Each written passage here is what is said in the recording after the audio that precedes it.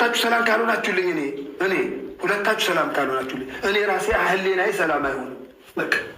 አብርሽና ሩታ ያሉበት ነገር እየተባባሰ በመምጣቱ ብዙዎች ቢጨነቁም አንድ ግን ደስ የሚያሰኝ ዜና እየተሰማ ይገኛል።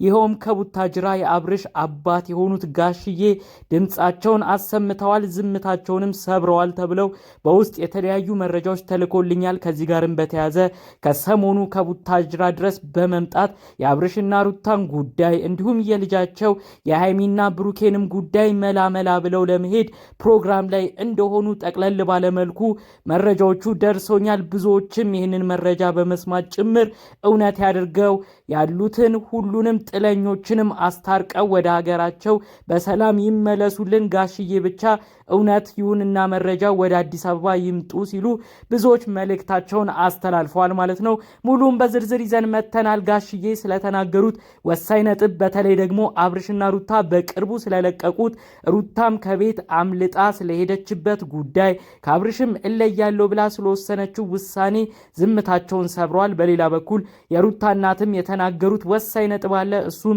በውስጥ የተላኩልኝ መረጃዎች አሉ። ሙሉም በዝርዝር ይዘንላችሁ መተናል። ለዚህ ቻናል አዲስ ከሆኑ ሰብስክራይብ እንዲያደርጉን በአክብሮት እንጠይቃለን። ቀጥታም ይዘንላችሁ ወደ መጣ ነው ዝርዝር መረጃዎቻችን እናልፋለን። የአብርሽና የሩታ ጉዳይ እንግዲህ ብዙዎቻችንን አሁን ላይ እያሳሰበ የሚገኝ ጉዳይ ነው። እንደ ቀልድ የተጀመረ ነገር ነፂ የምትባል ግለሰብ የአብርሽ የድሮ ፍቅረኛ ነኝ ያለች ወደ ሚዲያ ከመጣች ጀምሮ እንግዲህ የአብርሽና የሩታ ጉዳይ የትዳራቸው ሁኔታ እንግዲህ አደጋ ላይ ወድቋል ማለት ይቻላል።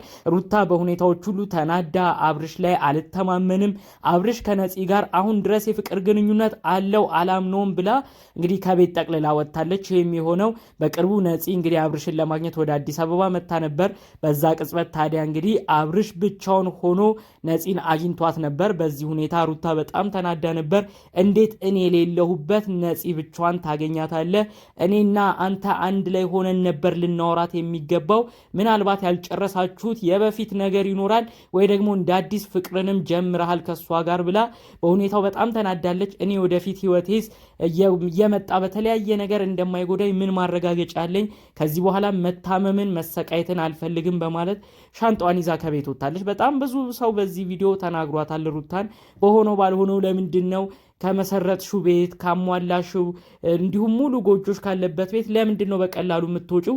በንግግር ሊፈቱ የሚችሉ ጉዳዮችንስ ለምን በንግግር አትፈቺም? ለምንድን ነው በአንዴ ስሜታዊ የሆንሽ ከቤት ጥለሽ የምትወጪው? እያሉ ብዙዎች ሲናገሯት ነበር። እንግዲህ አብርሽን በተለያየ ቪዲዮ ሩታን ሲለማመጥ ታይቶ ነበር። እንግዲህ አሁን መጨረሻ በተለቀቀው ግን ሩታ ቆርጦልኛል ከእንግዲህ ከአንተ ጋር አልሆንም ብላ ከሱ ስትለይ የሚያሳይ ቪዲዮ ተለቆ ነበር ማለት ነው። እንግዲህ ከዚህ ጋር በተያያዘ ነው ከቡታጅራ የተለያዩ መረጃዎች እየተሰሙ የሚገኘው።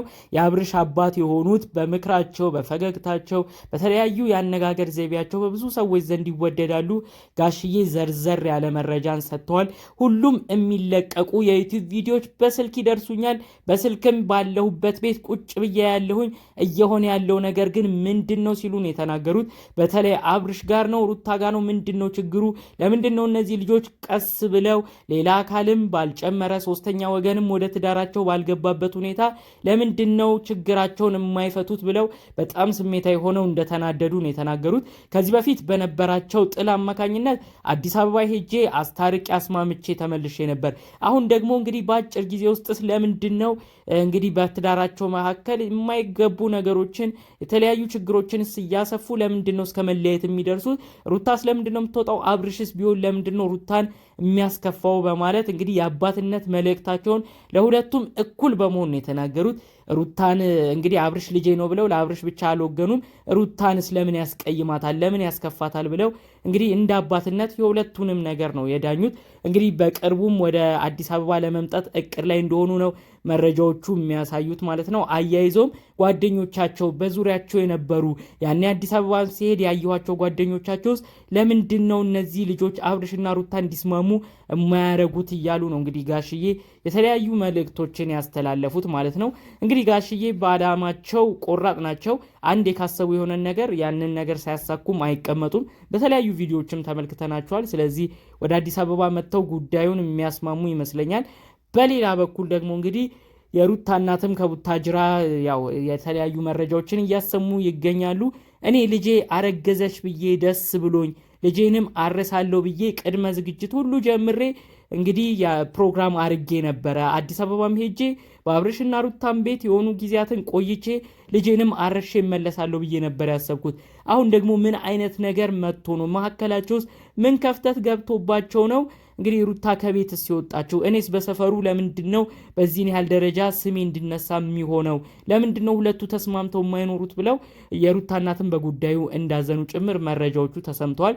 በተለይ አብርሽና ሩታ የሆነ ነገር ሲያጋጥማቸው በሩታ አካባቢ ያሉ የሰፈር ሰዎቻቸው የተለያዩ መረጃዎችን ይጠይቋቸዋል። እኚህን እናት ልጆት ምን ሆነች? ልጆት ለምን ከቤት ወጣች? የተለያዩ ጉዳይ ነው የሚያስጨንቋቸው እኚህን እናት። በዚህ ጉዳይም በተያያዘ ነው ለምን መጠቋቆሚያ በሰፈር ውስጥ ያደርጉኛል? በሆነው ባልሆነው ስለምንድን ነው እነዚህ ልጆች የሚጣሉት? እኔ አረገዘች ብዬ ነበር የተደሰትኩት። አሁን ደግሞ ይህን ደስታዬን ሳልጠግብ እንደዚህ አይነት ሁኔታ ተፈጥሮ በቪዲዮ መመልከቴ አሳዝኖኛል ሲሉ እንግዲህ የሩታ እናት ስለ ጉዳዩ እሳቸውም የራሳቸውን ሀሳብ ገልጸዋል ማለት ነው። ታዲያ ይህንን ሀሳብ አግኝተናል ብለው ነው የዛ ሰፈር ሰዎች መረጃውን በውስጥ ያደረሱን ማለት ነው። ሁለቱም እንግዲህ የሩታ እናትም እንዲሁም የአብርሽ አባትም በጠቅላላው ግን የሚናገሩት ሁለቱ አሁን ላይ መስማማት እንዳለባቸው፣ የጀመሩት ነገር ቀልድ እንዳልሆነ፣ ወደ ትዳር ህይወት እንደገቡም ጭምር ከዛም አልፎ ደግሞ እንግዲህ እንደተናገሩት እውነትም ከሆነ እርግዝና በሩታ እንደመጣ ከትንሽ ወራት በኋላም ፈጣሪ ከፈቀደ የልጅ እናትና አባት እንደሚሆኑም ገልጸው እንግዲህ እነዚህ ልጆች ለምንድነው ኃላፊነት የማይሰማቸው? ለምንድነው ጉዳያቸው ላይ ትዳራቸው ላይ ትኩረትስ የማይሰጡት? በማለት ነው እንግዲህ ወላጆቻቸው ስሜታዊ ሆነው ስለ ጉዳዩ ጠቅለል ባለመልኩ ሲናገሩ የነበረው ማለት ነው።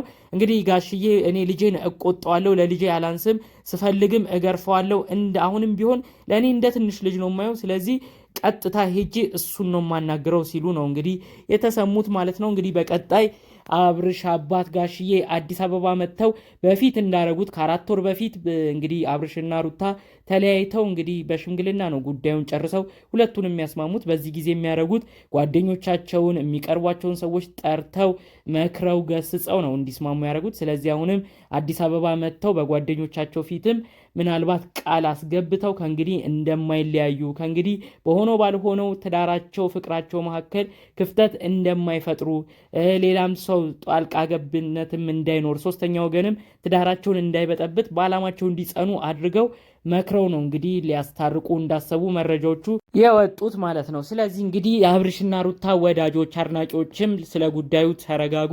አሁን ጋሽዬ ሁሉንም ነገር በቪዲዮ እያዩት እየደረሳቸው እንደሆነ ጠቆም አድርገው አልፈዋል። እኔም ጉዳዩ ላይ እገባበታለሁ፣ ሁለቱንም እገስጻለሁ፣ ቆጣለሁ ሲሉም ተሰምተዋል ተብሎ ነው መረጃው የደረሰን። ስለዚህ በቀጣይ አብርሽና ሩታ ያለው ጉዳይ በእርቅ የሚፈታ ይሆናል ብለን እናስባለን። ቀለል ባለመልኩ ይዘንላችሁ የመጣነው መረጃ ይህን ይመስል ነበር። በሌሎች ቪዲዮዎች እስክንገናኝ ድረስ ሰላሙን ሁሉ ተመኘውላችሁ። ሰላም።